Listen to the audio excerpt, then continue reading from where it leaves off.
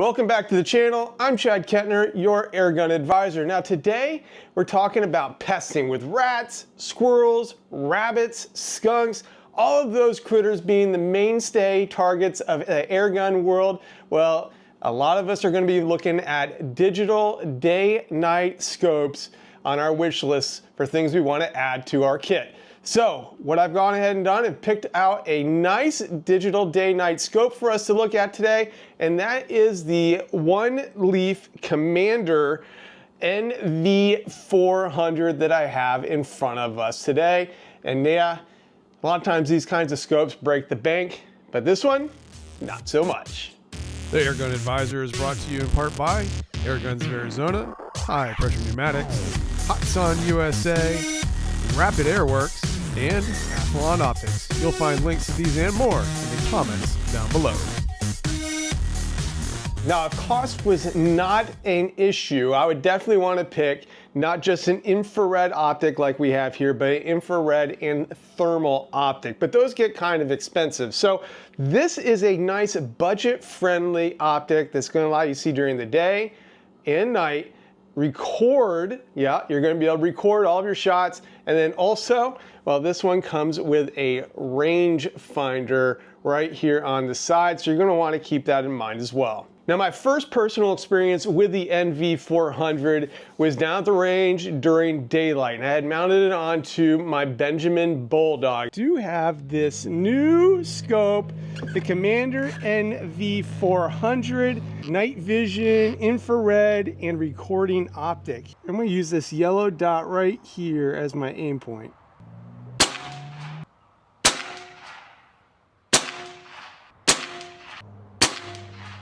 Yeah, not bad. So then I also swapped this scope out to my Air Force carbine, and I'll tell you what, that was a lot of fun as well. Had to re-zero it, got those targets acquired, and using the micro SD card slot that is available on the NV400, I was able to record all of those shots for you. And man, again, had a lot of fun, and it was really nice to be able to go back and relive those moments. Down here with this OneLeaf Commander NV400, I'm shooting a Talon P carbine.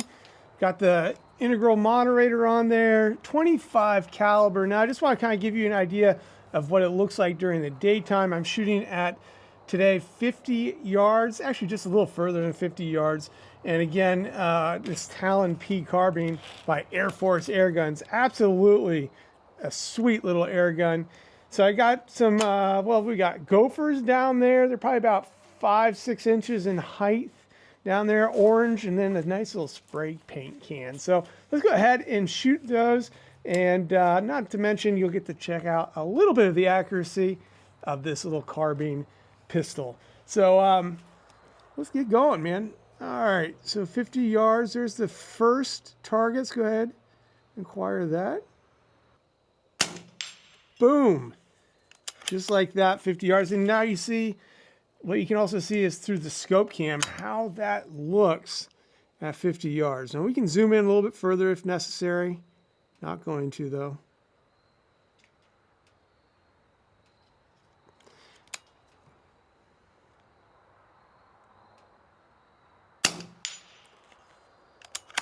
Two for two. I'm telling you what, at 50 yards, this little day-night scope can be a really nice asset to your hunting setup. That way you can use it also during the day and then at night again when all those little critters are out running around in your yard.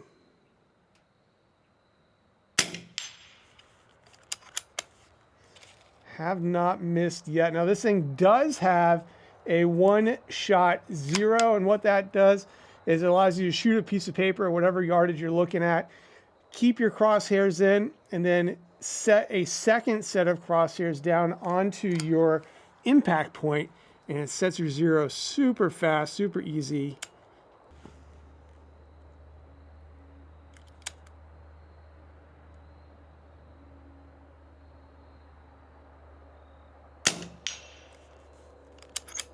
Let's go ahead and knock over that last gopher.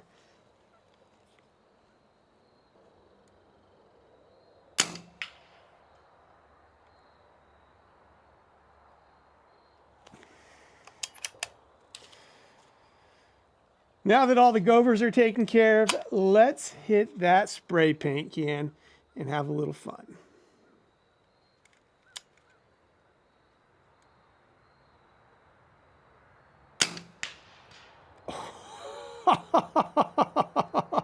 That was absolutely awesome.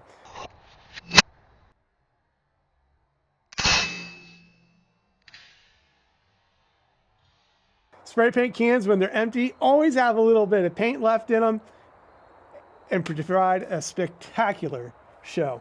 Now this optic is chock full of tons of features. Most of them really great. Some of them, leave a little left on the table, I guess, for you. But of course it is a budget-friendly day-night scope. So what are those features that I really liked? The first option that I really liked is being able to choose a variety of reticles. You also, not only with colors and MOA, mil dots, whatever you want to use, you also have the opportunity to add a rangefinder to this scope. And that's what this is right here on the side. This is your rangefinder. And one nice thing, if you've been in air gunning for any length of time, you know that you have to understand the trajectory of your shot. And a lot of times air gunners carry a pocket rangefinder for that purpose, especially if you're out hunting.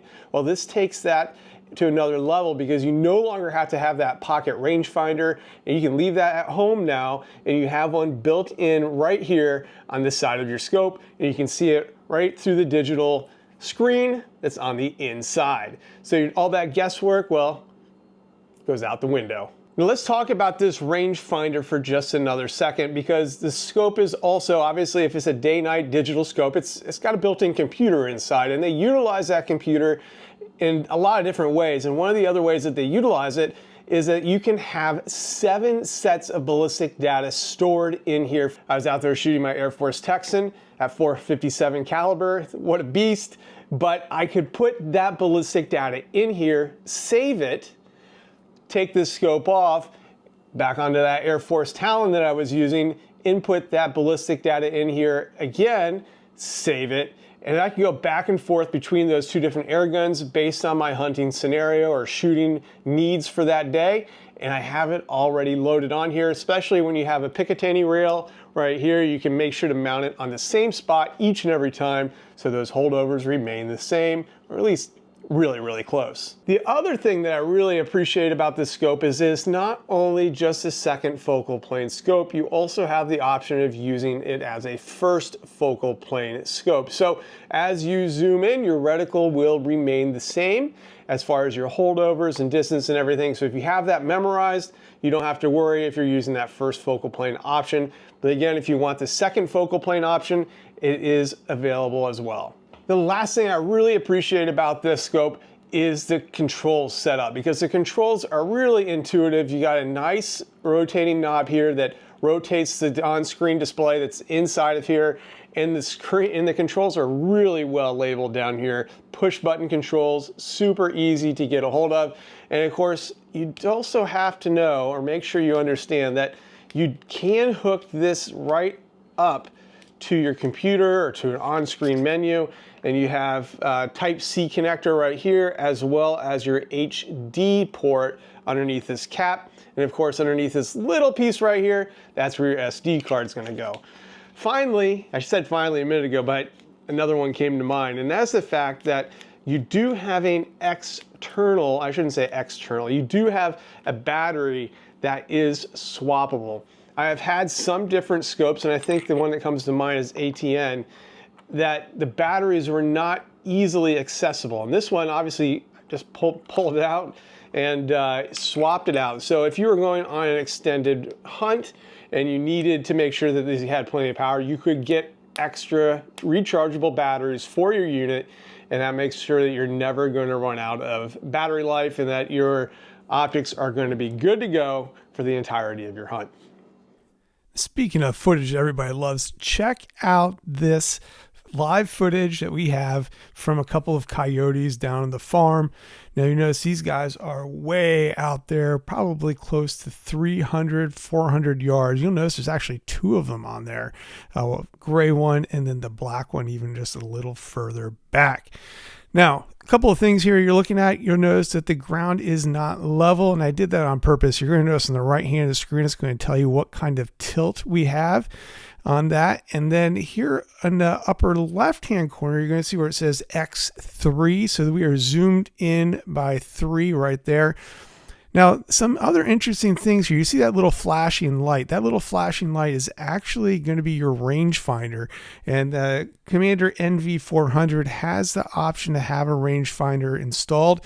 Now, I wanted to give you also a little bit of a look at some zooming in. This is about, like I said, over 100 yards away. And we're going to zoom all the way in. You see we start to get a little pixelated, but that reticle, that reticle still stays nice and clear. You don't get any pixelation in that, which I find really nice and very, very handy when you're out hunting or doing any kind of target shooting. Now, this next image here, we're going to do a couple different range finding. I want you to look at the reticle, and you're going to see that little flashing light again. That's the rangefinder. But look at the reticle there. You see that green circle that's moving all around. Based on the ballistic data that you input, it's going to give you your aim point based on what the scope is ranging. So at 103 yards that we have here, you see that green dot, that's where you're going to want to aim. So that's kind of a cool feature. Now, it does take some time to input all of that into the scope, but once you do, you got it made. All right, let's take a look at the settings here. We got a whole bunch of different things. We got shot zero, reticle colors, reticle types. Let's take a look at those different reticles here. You got several options to choose from. Of course, being an air gunner, it's always nice to have some holdover marks in there. And you notice that's what I chose, was reticle type 3. Shot zero, that's how you're going to zero. But then we have the reticle colors. So even if you're colorblind, it gives you some different options in there. And also, based on your shooting circumstances, it gives you some different options as well. Positioning allows you to position that reticle in different places based on different settings, which is kind of a nice thing. And then if you look down, the next one down, we have all the ballistic parameters. Now we're not going to run through all of this, but you can input all of the different parameters for your pellet, your ballistic models, your ballistic coefficient, etc. And based on that, the scope is going to calculate your holdover. Really nice feature. Something else that I liked is first focal plane and second focal plane. It gives you the option to have either one. Range marking aligner. So again, this is going to help you align that little flashing light with your rangefinder and where that is. Again, some settings for sensitivity, what units you want to use for yardage, and then screen aspects. Movie mode, you see I've got 4K 30 frames per second, but you can go all the way up to 4K and 120 frames per second out of this bad boy, and that is nice. And of course, resolution. Movie clip time, so how long it's going to record each movie for. You also have the option of auto record. You're going to see that down below. That means when you fire your air gun or your firearm, if there's enough recoil, it's going to go ahead and auto record for you. Record sound on there, exposure levels, metering.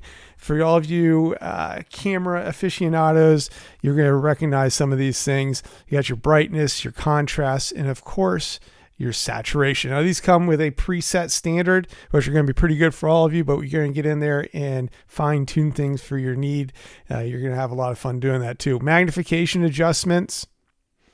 And then, of course, you have the option of having a little red dot on there. Button backlights. So the buttons on the scope, if you're out in a very dark situation and you can't see them, you can backlight those buttons. The brightness on your LCD screen, if you're, again, very dark, you want to turn that down a little bit so your eyes can adjust. The opportunity for picture-in-picture, day, starry, night settings, so different settings based on the evening that you're out there with. Display icons, display widgets, compass calibration. We'll get down there. You'll probably notice when I had that up on the screen, did have a compass on there. I was facing north, if I recall correctly. And of course, gyro calibration as well. Very easy to do, and they give you nice step-by-step examples on how to complete that. And on the final page, we have the stamp, which includes your date and logo if you want it on the videos.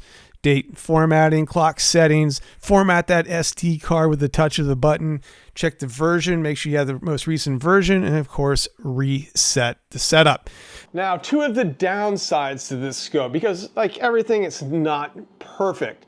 First and foremost is the infrared function. Not a huge fan of infrared as my only option. I love having thermal as an option as well.